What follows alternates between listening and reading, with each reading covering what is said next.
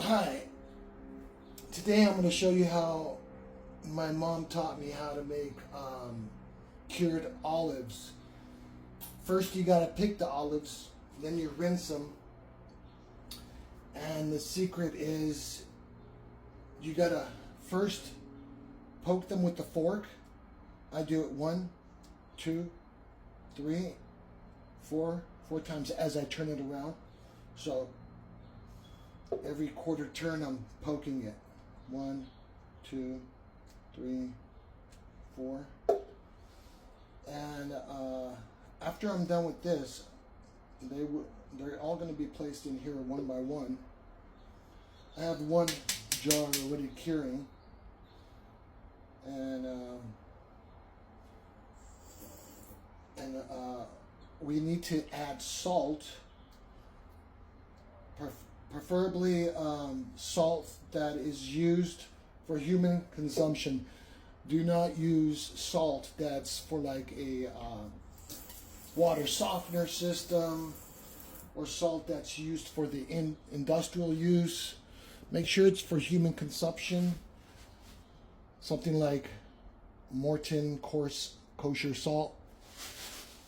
Because we don't want to put any kind of salts that have like a heavy mineral content, such as lead or any other kind of metals or minerals that are going to be harmful for human consumption. Obviously, you don't want that. So you use this kind of salt that's cleaner. I guess you could use Himalayan coarse salt, but that will be more expensive. It is a higher mineral content than the Morton kosher salt. The Morton kosher salt, which is coarse, in my opinion, it's the cleanest kind of salt you could use. So what we're going to do is we're going to soak it in salt water. What I do is 1 part of olives, no, 2 parts of olives, 1 part salt. Let it soak for a few days, and then change out the liquid and rinse.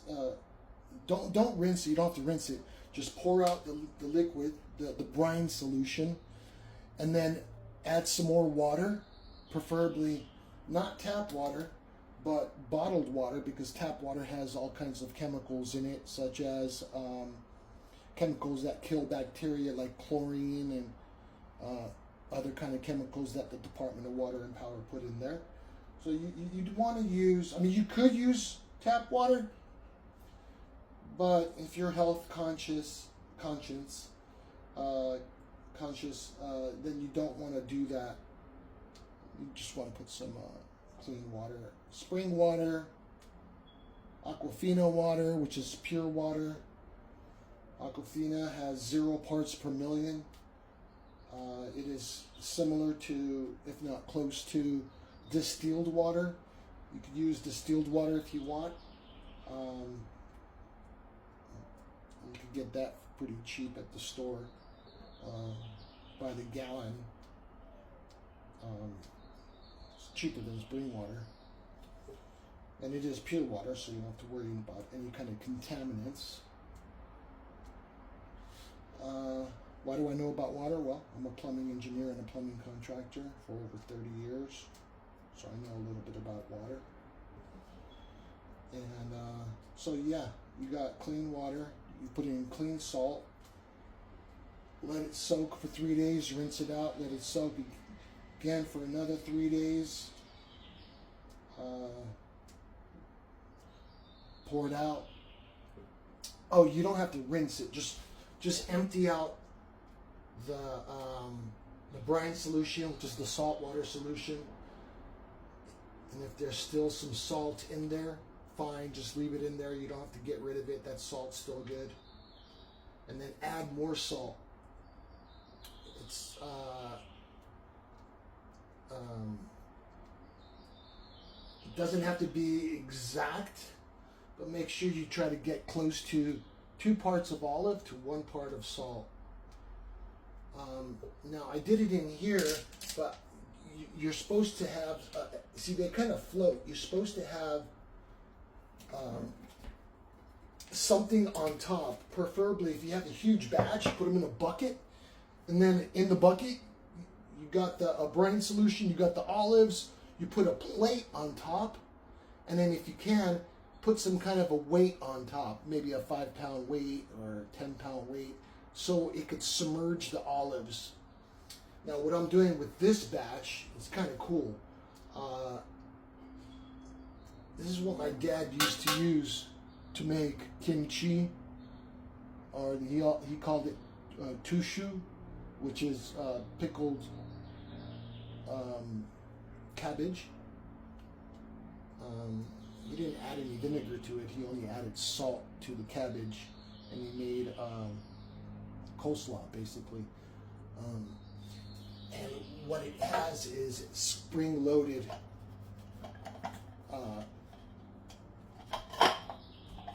that pushes down on the cabbage. Well, I'm doing something really similar. I'll be pushing down on the olives to keep them submerged. So I'll be using this device here, which I think is pretty awesome. I held on to it. It's over 30 years old. And it still works. So I'll be using that. You don't have to use that, like I said. You could use a bucket. Small bucket, big bucket, depending on how large your batch is. I found a tree at a park, and we're in the end of April right now, and it was fruiting. The fruits were dropping. Shook the tree leaves, the branches, got some more to drop. But most olive trees will start fruiting and dropping their fruits during like September, October, November. Depends on the variety. I'm not sure exactly which variety this is, but I saw it and I remember what my mom taught me. And with the prices of olive oil and olives, buying a small batch of this costs you at least $10, like a little tiny jar, smaller than this thing. So I thought it would be fun to do this. My daughter, she's 10 years old, and she helped me make this batch here. So it's a fun project to do with family, with kids. They learn something that they could pass on to their children. And it's a learning project. I think it's awesome that kids learn these kind of things, like how to make things at home, how to cook at home. We bake, we cook things, and yeah. So this is what I do. I'm not going to bore you by making you watch me poke all these olives one by one. What I'm going to do is in about a second, I'm going to pause the camera, and then I'll start recording again after I'm done poking all these olives. So just poke them once, twice, 3 times, 4 times, every quarter turn. And that's going to allow the salt water, the brine solution, to get into the olive and get rid of the bitterness. Because I don't know if you ever tried biting into an uncured olive. They're not edible because you won't be able to hold it down. It's too bitter. So they have to be cured in order for it to be edible. And boy, oh boy, once they're cured, these olives are going to be so delicious. It's going to be a Mediterranean style olive. Not all stores have this kind of olives the way I'm going to cure it with the salt. It's going to be full of flavor. It's not going to be bland like those pitted olives that they sell at the market. If you want to get olives like these that are already cured, you'd have to go to a Mediterranean market, like a Armenian market, an Arabic market, a Greek market. Whoops, I'll clean that. And then, yeah, that's where you can find these kind of olives alongside of the feta cheese and stuff. So what people do is they'll eat these kind of olives with feta cheese and some bread, preferably pita bread or any kind of bread. And it's a delicious snack. It's healthy for you. It contains olive oil, obviously. If you had a huge batch and you wanted to convert them all into olive oil, you could do that. You could do it homemade. You could watch videos on YouTube on how to do that. Or you could take it to this place in Ojai, California. They have a facility where they would take all your olives, grind them down into a pulp, and then press them on a press and press out all the olive oil. And they'll give you all that olive oil for a nominal fee for their services. And that's in Ojai, California. I forgot what the name of the company is. Some kind of a olive oil company, LTD or LLC or something like that. And yeah, you could search them up on Google.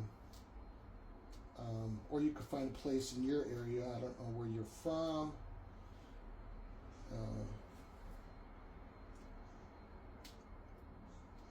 Yeah, it's really cool. I don't mind doing this. It takes a little time, but it's peaceful. Something to do, like the old timers used to do back in the days. When I was a kid, we didn't have internet. When I was a kid, we were all out and about. Mom said, come home before the street lights turned on.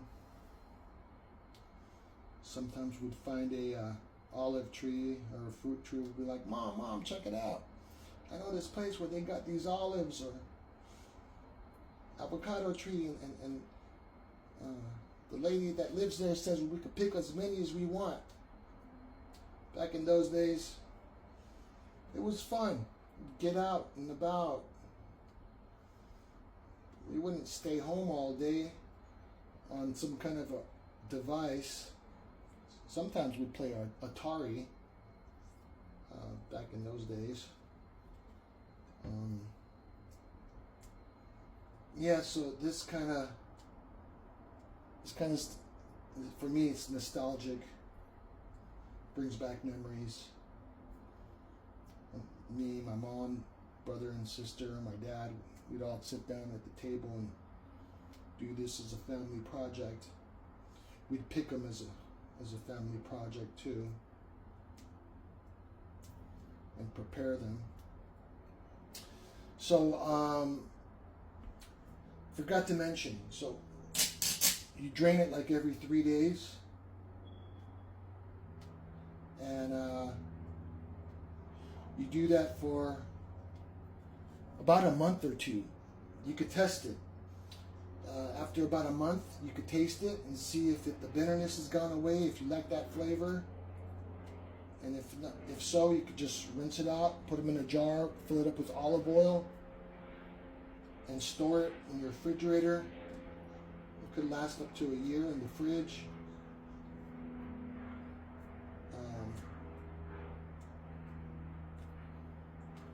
I'm not sure. I forgot if you could store it outside the fridge. I think you could, but it'll last longer if it's refrigerated.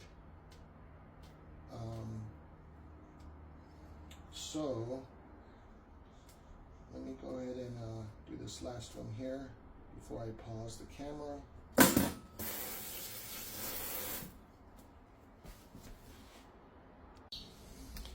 All right, hi, I'm back. Okay, so I poked them all 4 times. Every quarter turn. If it's 4 or 5, or you forgot to do 4 and you did 3, that's fine. Then you get the kosher salt. So if this is one part, then I'm gonna do probably this whole jar of salt. I mean, this whole box of salt. It doesn't have to be exact, but it's gonna be a lot of salt. And then I'm gonna rinse it off in a few days. Not rinse it off. I mean, I'm gonna drain it in a few days, and this will get rid of the bitterness and make it palatable. I'll put some salt in there like that. I don't have any of that distilled water, but I'm going to put some of the spring water, mineral water. That's fine. Some Icelandic water.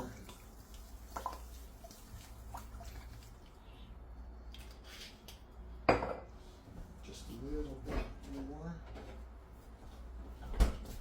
More salt. Like we used to just eyeball it, but if you want to be precise, go ahead. 2 parts olives, 1 part salt.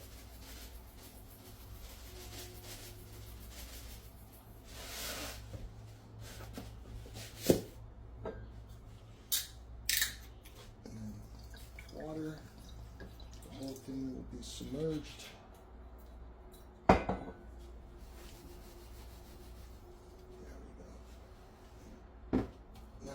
Lid on. See, this has a spring in it, so it's going to push down on it. It's going to keep it down in the water. And it locks it in place. Now, if you tip it over, it will spill out. So you don't want to do that. I just tipped it over just a little bit just to show you. Now, this will breathe. You don't have to worry about gases being built up during the process.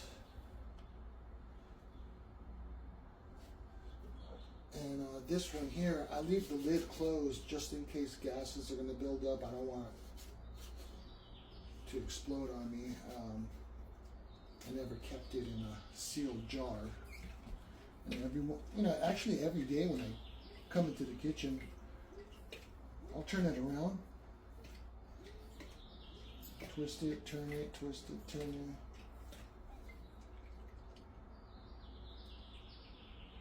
it, and then I'll leave the lid open just a little bit. I won't have to do it to this one because it's not airtight. Yeah, I'll just let that sit for a few days and then drain off that water.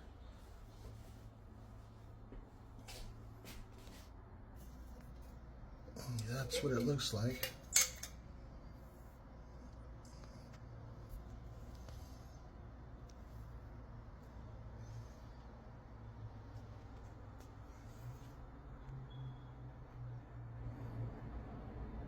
It'll get all wrinkly.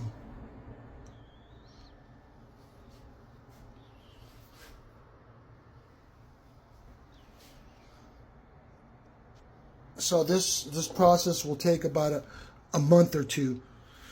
The more holes you got in it, the faster it's going to cure.